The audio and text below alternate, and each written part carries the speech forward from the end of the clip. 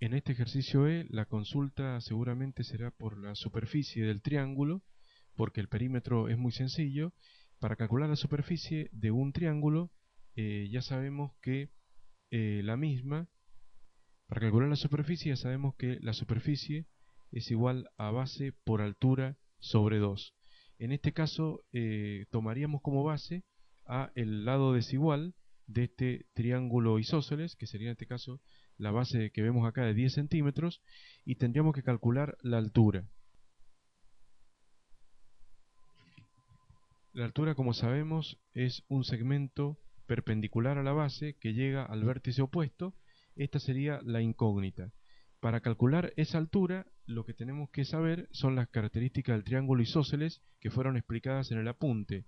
La altura trazada con respecto a la base desigual o al lado desigual de un triángulo isósceles divide a la dicha base desigual en dos partes iguales, y por lo tanto aquí tendremos 5 centímetros y del otro lado tendremos los otros 5 centímetros.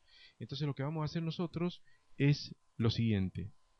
Vamos a trabajar en este triángulo rectángulo que queda aquí, que es la mitad, podríamos decir así, del triángulo isósceles, y allí aplicaremos el teorema de Pitágoras para poder calcular nuestra incógnita, que será la altura. Pudiendo hallar la altura, aplico la fórmula, la base vale 10 de todo el triángulo isósceles por altura sobre 2 y me va a dar la superficie del triángulo. Para poder calcular la altura, entonces, tengo que ver que esto es un triángulo rectángulo, esta mitacita del triángulo isósceles, y en ese triángulo rectángulo se tiene que cumplir el teorema de Pitágoras. Según este teorema, la hipotenusa al cuadrado, que en este caso es 13, tiene que ser igual a la suma de los cuadrados de los catetos.